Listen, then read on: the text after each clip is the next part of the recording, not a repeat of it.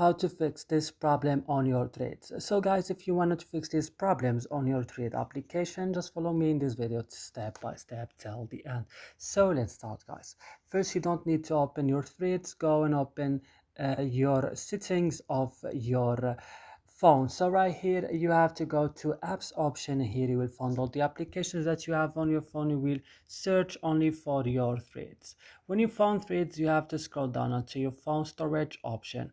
So right here, click on clear cache, but don't click on clear data because it will delete your data. Go back again and click on first tab, click OK, go to battery, allow it on optimized mode as I'm doing, and right now go to set as a default and open supported links as I'm doing too. And then you have to go to permission and give permission to all of this options right here, because that will help you a lot.